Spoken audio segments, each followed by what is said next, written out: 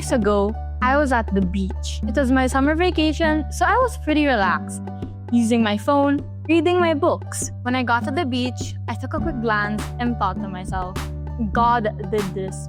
He made this. Isn't creation amazing? We all know how God created the world we see today, from the stars and the sky, the seas and the land, and to all the plants and creatures. And guess what? God included us in His creation too. He made us in His very own image and likeness, and He also gave us stewardship over His creation. Stewardship?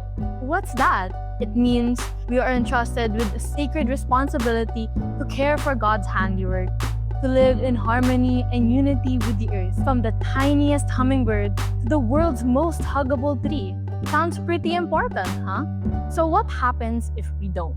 Sadly, we're already seeing it. Because of greed and the reckless use of our natural resources, typhoons are stronger, the heat index is reaching for new heights, and floods are so common nowadays. Like one time, I experienced a bad typhoon that ended up flooding outside the house. We couldn't get out at all. Yes, there are bigger factors that affect our climate, like the wastefulness of massive corporations or a lack of eco-friendly alternatives. But each of us also share responsibilities in what's happening to our world. When we buy things we don't need, when we're always hooked on our phones and the internet, which use a lot of electricity, and when we still use plastic straws. Pope Francis tells us, as stewards of God's creation, we are called to make the earth a beautiful garden for the human family. When we destroy our forests, ravage our soil, and pollute our seas, we betray the noble calling.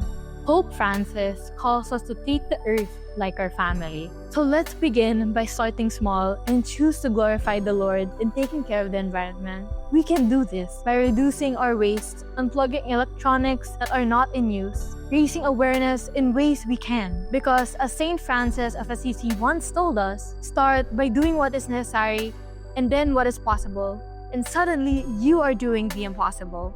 So, my fellow YAs, join us in doing what we can in taking care of the earth, our common home.